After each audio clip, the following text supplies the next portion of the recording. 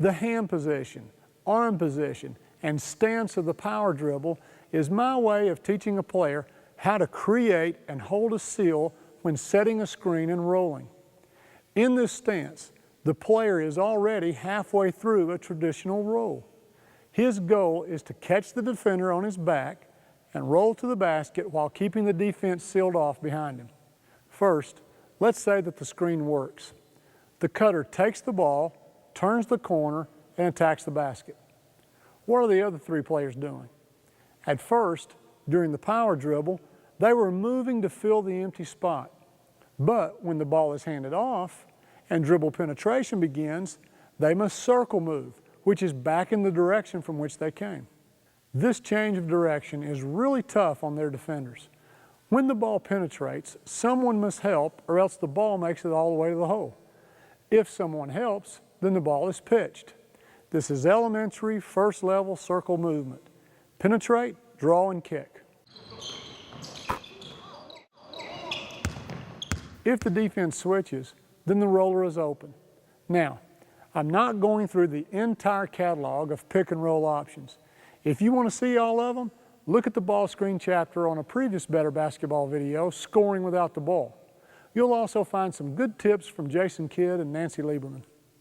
If for some reason both the penetration and the roll are stuffed by the defense, the ball can be thrown back to the safety valve just like our players learned in the first layer of the read and react offense.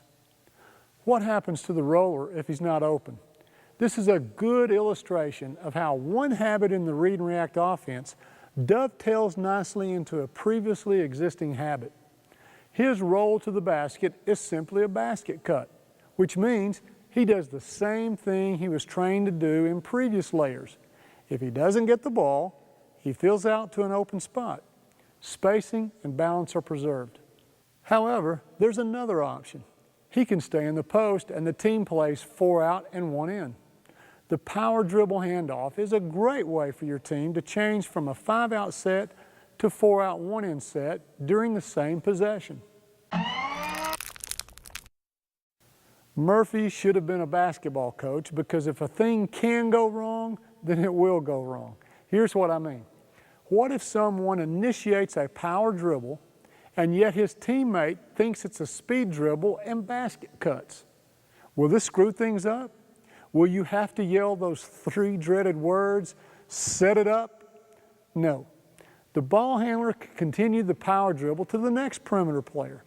Surely by then the next teammate will recognize the power dribble for what it is. Also, the power dribble can be reversed and dribbled in the other direction. This creates a pick and roll with the teammate that was being dragged into the position behind him. Let's sum up how the power dribble is used. It's a pressure relief option for everyone.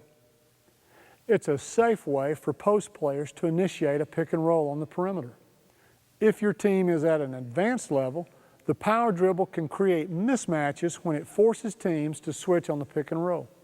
It can be used to change sets from 5-out to 4-out 1-in, or from 4-out to 3-out 2-in.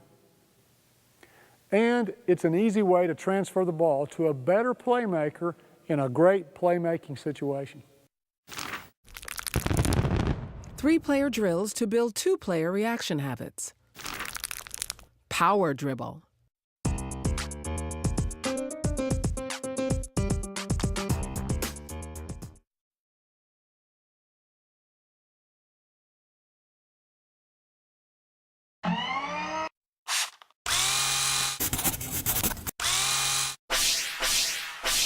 Layer 7, circle reverse.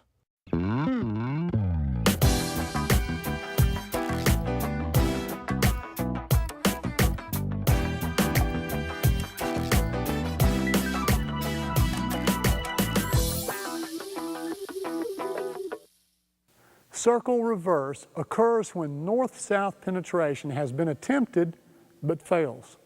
It happens. Sometimes the defense wins and arcs the penetrator off his path, forcing his drive into an east-west direction, a wide U instead of a V. When this happens, the defenders away from the ball do not need to help. Even if they do help, they're usually blocking the pitch to their man. With the pitch unavailable, what should the other perimeter players do to put themselves in a position to score? Answer: circle reverse. This is the two-player reaction habit that must be drilled in order to master this layer. This failed penetration signals a reverse of the circle movement.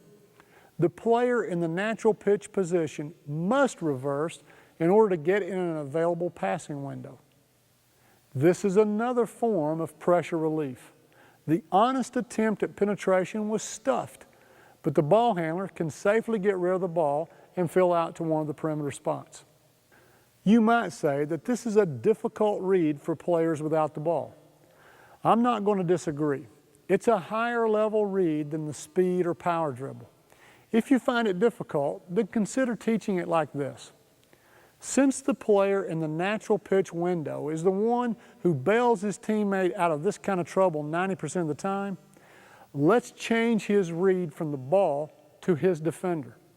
If his defender doesn't help on the drive, then his circle movement natural pitch is going to be blocked. If so, he reverses direction.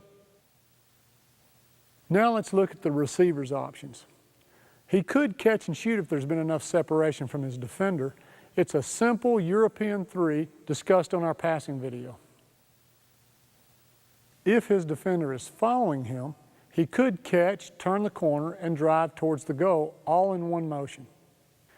He's not the only one who is reversing his circle movement. If he were to catch and drive, then the other players who have circled up will also reverse and circle in the other direction. This change of direction is tough on the defense. Put a couple of these together in a row and watch the scoring opportunities open up. I tend to save this read for the more advanced levels, but it can be drilled into a habit at younger ages just like anything else. Sooner or later, you'll need it against good on-the-ball defenders.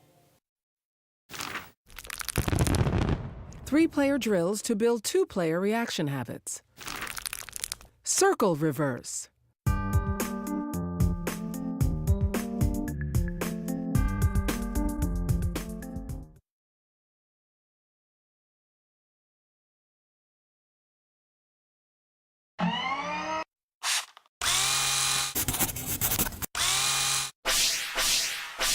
Layer 8, back screens.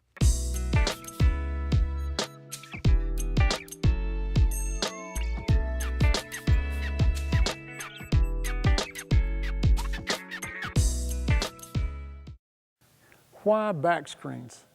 First of all, the back screen creates a lot of difficulty for the defense. The threat of a successful back screen is a layup, not a jump shot like a lot of other screens. Plus, the cut coming off the back screen is much like the basket cuts that are taught and drilled in the very first layer of this offense. So, your offensive players are familiar with it.